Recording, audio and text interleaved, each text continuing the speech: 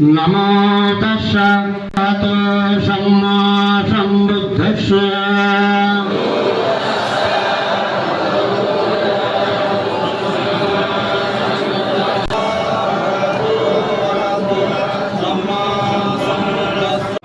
उच्चारण करो। नमो तस्सा भगवतो अरहतो सम्मा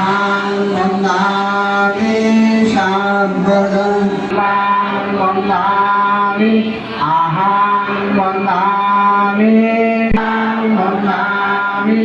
धम्मं वन्दामि अहं साभं अपराधं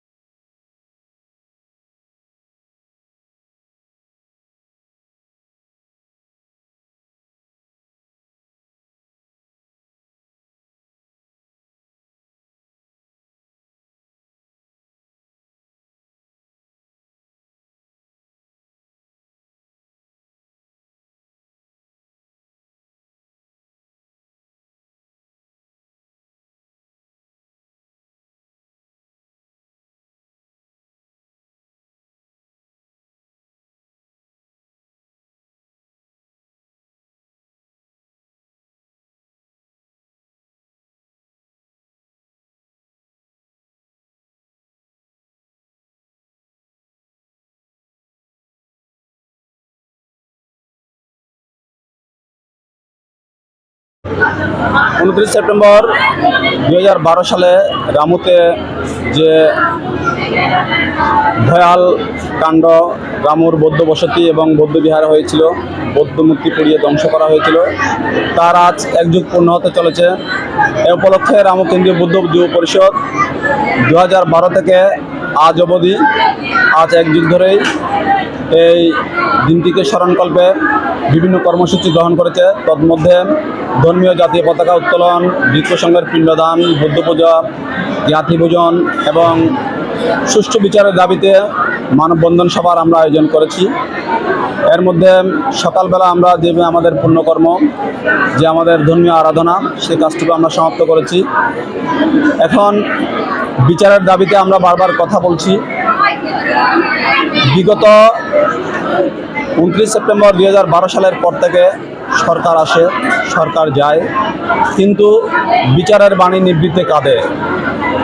কেন এটা আমরা বৌদ্ধ সম্প্রদায় কেন বিচার হচ্ছে না এটা আমরা বুঝতে পারছি না।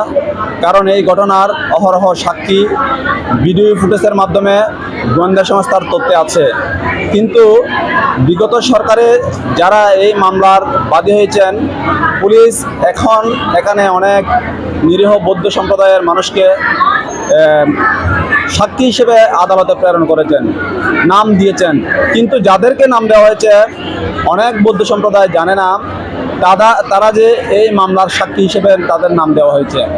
আসলে এমন সাক্ষী দেওয়া হয়েছে যারা সেই দিন 29 সেপ্টেম্বর 2012 সালে এই বৌদ্ধ মন্দির পড়ার সময় রামুতে অবস্থান করেন নাই, রামুতে ছিলেন না। মূলত যে সুষ্ঠু তদন্ত হয় নাই এবং এই বিচার কার্যকে বাধাগ্রস্ত করার জন্য, বিচার কার্য সফলভাবে না হওয়ার জন্যই যারা মামলা দায়ের করেছেন তাদের এখানে গাফিলতি ছিল বলে আমি মনে করছি। তো এখন সরকারের দীর্ঘ সময়ের পর একটা পথ পরিবর্তন হয়েছে।